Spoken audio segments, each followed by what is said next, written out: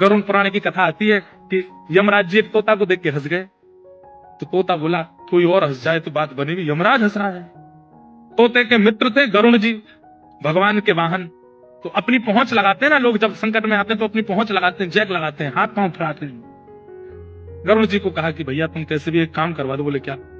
ये यमराज जी मुझे देख के हंस गए हैं, मुझे लग रहा है अब मेरे जीवन के दिन 4 बचे।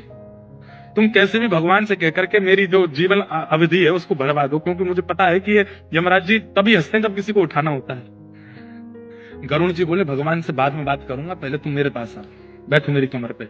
गरुड़ जी उड़ा करके उनको 7 समुद्र पार एक गुफा में ले गए और वहां भीतर ले जाकर के छोड़ दिया। बोले यहाँ रहो, यहाँ कोई नहीं आएगा, और 2-4-10 दिन यहीं बैठे रहे ना, सब ठीक हो जाएगा अपने आप।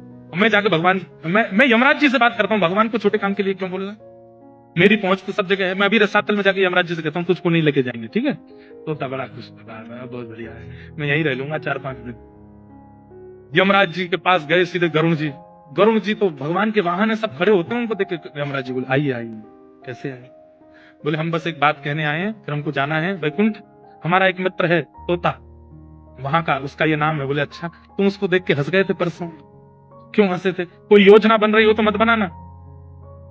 अच्छा, उस वन के तोते के बारे में? बोले हाँ, मैं तो उसको देख के इसलिए हंस गया था, मैंने कि देखो कैसे कर्म की विधि, ये अभी यहाँ बैठा है और इसकी मृत्यु 7 समुद्र पार एक गुफा में बिल्ली के खाने से होगी, और मैं ये सोच के हंस रहा था कि 7 समुद्र पार पहुंचेगा कैसे। तभी यमराज जी बोले देखो देखो आ गया।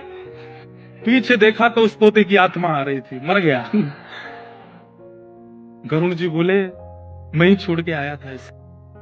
आप कौन से जन्म का अब भोग रहे हो आपको नहीं पता है भैया, वो नहीं कर सकती है। इसलिए प्रसन्न रहो, नाम जपो, कथा सुनो, खूब आनंद से रहो। इस बात का दोष मत दिया करो कि हम इतना अच्छा अच्छा करते हैं, हमारे साथ बुरा क्यों होता है।